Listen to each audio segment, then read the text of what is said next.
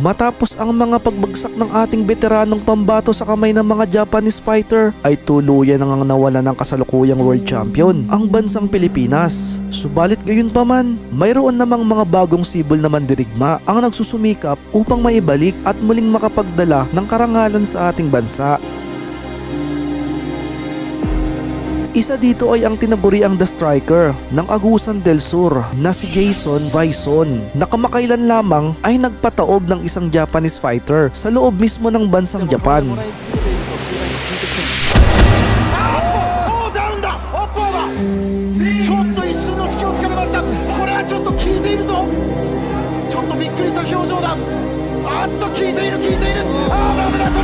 Sinilang sa probinsya ng Agusan del Sur noong May 11, 1998 sa edad na 18, ay agad nitong pinasok ang mundo ng professional boxing upang tugunan ang kanyang hilig sa sports at maiahon ng kanyang pamilya sa kahirapan. Nagumpisa itong maglaro sa mini flyweight division at sa unang 10 professional fight nito ay nagtala kaagad ito ng 9 wins, 5 knockouts at 1 draw. Kabilang dito ang laban kontra sa kapwa nito undefeated fighter na si Jonathan Almacen at Jeboy Mansalayaw, kung saan tinapos ni Jason Bison ang laban sa loob lamang ng round 3. Uy! Kala ko nasaktan.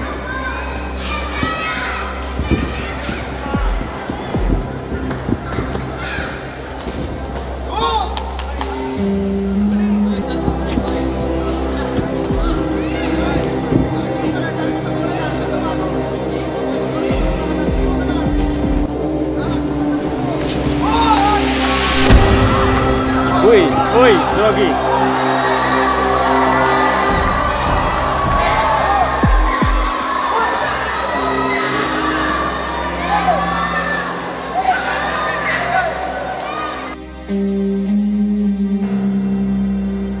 Matapos ang impresibong pagkapanalong ito, ay nabigyan si Bison ng isang magandang pagkakataon upang lumaban para sa isang minor title, ang WBC Intercontinental Light Flyweight title na gaganapin sa bansang Indonesia.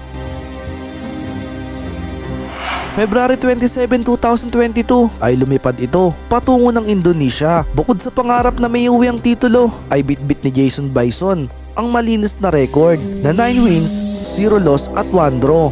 Subalit isang halimaw pala ang haharapin dito ng ating pambato. Ito ay ang Indonesian fighter na si Thibaut Monabesa. Isang malaking pagsubok ito para kay Jason Bison sapagkat si Thibaut Monabesa ay labis na nakalalamang sa record at experience kung ikukumpara sa ating pambato na si Jason Bison. Ito ay mayroong matibay na record na 21 wins, 8 knockouts at nag-iisang talo lamang, at nagtala din ito ng 8 successful title fights kabilang ang WBC Intercontinental Belt na kanilang paglalabanan. Bagamat underdog ang ating pambato na si Jason Bison, ay hindi ito dumayo sa bansang Indonesia upang magpasindak lamang sa kalaban. Bagkus, buong tapang itong nakipagsabayan ng kamao sa kamao sa mas veteranong Indonesian fighter. Sa pagsapit ng mismong laban ay napabagsak nito ang veteranong pagsapit ng round 8 ay bumagsak si Bison. Subalit kung titingnan ng mabuti ay tila ba na out of balance lamang ito. Ngunit binilangan ito ng referee dahil iniklaran nila na no contest ang laban dahil kita naman na nagkaroon ng pandaraya sa laban na naganap sa pagitan ng Pinoy at Indonesian fighter. Dahil sa naging desisyon ng WBC ay tila ba nabunutan ng tinik ang ating pambato.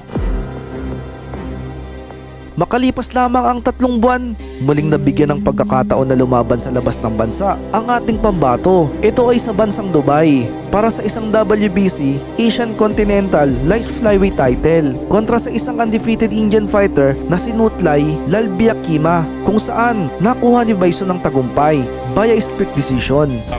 He's been gassed out. He's slowing down a little bit because of those body shots. That's right. And Nutlai is managing to keep up the pace. Nice work there, good combination by both the men and good beautiful counter from Jason, but good body shots from by Nutlai. Good job from both boxers, trading some heavy punches. Heavy punches. Oh my God. Oh, my God. Beautiful combination. Oh, big left hook. Oh, big overhand right, and that one connected, and you can see Jason felt that one. I was telling you before, yeah? If Buckley keep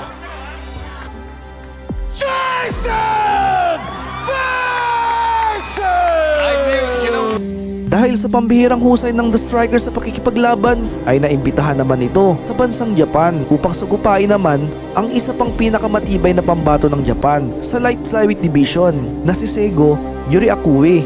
Ito ay panibagong pagsubok para kay Bison sapagkat si Seigo ay may mataas na record na 17 wins, 11 via knockouts at 2 losses. Samantalang ang ating pambato naman ni si Bison ay may record na 10 wins, 5 knockouts at 0 loss. Sa laban na ito ay talagang nasubukan ang puso ng Pinoy sa pakikipaglaban. 121回ダイナミックグローブメインイベントフライ級の10回戦、後楽園ホール静けさの中につなげる左ジャブを磨いてきたという今日の話です。ナイス。いいパンチが当たりました。足をしていました。左のジャブをまた出していきます。現在はアクイ選手より、に有効なんで、アクイ選手徐々にいいパンチが当たり始めてますね。ここも左のボディです。右を大きく振ってきたバイソンです。山中さん、この有利や左当てる。いや今展開的に一方的になってますから、はい、左ジャブっていうのもどんどん出してもいいと思いますね。はい、距離を詰めていきます。ナイスボディ。効きましたよ。いい左のボディが入った。もう効いておく、行きたいですね。さあ下がってボディ、いいボディが効いた。さあ残り12秒。さあ世界前哨戦、岡山のジムから初めての世界チャンピオンへ、世界の頂に近づくためにこの前哨。 At ang laban ay umabot sa sukdulang huling round kung saan diniklarang panalo ang Japanese fighter. Ito ang unang pagkatalo ni Bison, kaya naman nagsilbing aral ito para sa kanya na kung dadayo sa bansang Japan ay kailangang wag nang paabutin sa kamay ng mga hurado ang resulta ng laban. Dahil sa pagkatalong ito, ginawa itong inspirasyon ni Bison upang mas pagbutihin pa ang pag-iensayo at preparasyon sa mga darating na laban. December 17, 2023 ay bumalik ng Japan si Bison para sa isang title fight, ang WBO Asia Pacific Light Flyweight title. Sa laban na ito ay makakasagupa ni Bison ang isa na namang veteranong Japanese fighter na si Ryuya Yamanaka na may record na 19 wins at 3 losses. Sa muling pagtungtong ni Bison sa bansang Japan ay tila ba ibang Bison na ang nakikipaglaban. Ginulat nito ang mga Japanese fans nang pabagsakin nito ang Japanese fighter at tuluyang tapusin ang laban sa loob lamang ng round 2. 戦初防衛になります。山中龍也赤いグローブです。長谷川さん、ジェイソン・バイソンが悪意戦とは全く違う感じで出てきてますね。今日はちょっと好戦的ですよね。出てきてますね。長谷川さん、山中龍也の方は基本的に距離をうまく取って戦うタイプですよね。そうですね、距離を取ってフットワークを使ってこの足でフェイントをかけながら戦う選手ですね。非常にフェイントがうまい選手ではあります。大きく振ってきましたジェイソン・バイソン。でも山中慎介、よく山中龍也は見えているようですね。見えてますね。しっかりと足で外しながらうまく戦えてますよね。こうやっていい左のジャブを出していきました。相手のジャブはもらわない位置です。これは右、ちょっと中に入ってきたジェイソン・バイソン。ジェイソン・バイソンも大きく振ってきます。パンチやっぱありますね。だからそこはやっぱ注意して戦いたいですね。立ち上がりからちょっとエンジンはかけ気味に来ています、挑戦者のジェイソン・バイソン。でもその侵入は許さない山中の距離感です。今ちょっと左のジャブをダブルでつくような形でジェイソン・バイソン入ってきました。ちょっとタイミングを変えてきました。1ラウンド目なんでアッパーから左です。お互い慎重ですけど、緊張感のあるいいラウンドですよね、お互い。これも近くなったら頭を中に入れてもっと距離を潰してきました山中龍也です。もともとは長谷川穂積さんに憧れて、もう中学生ぐらいですね、14歳ですか、新生ジムの門を叩いたという。覚えてます？覚えてますね。ジム来た時はまだ本当に子供14ですもんね。で大阪の遠いところから神戸まで通ってましたね。そうでしょうね。ジャブのタイミングいいですね。いいですね。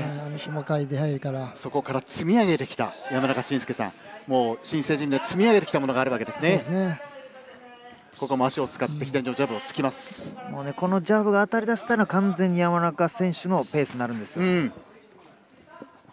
じゃあジェイソンとしてはこのジャブをできるだけ外すかブロッキングして、顔ではもらいたくないですよね。なるほど。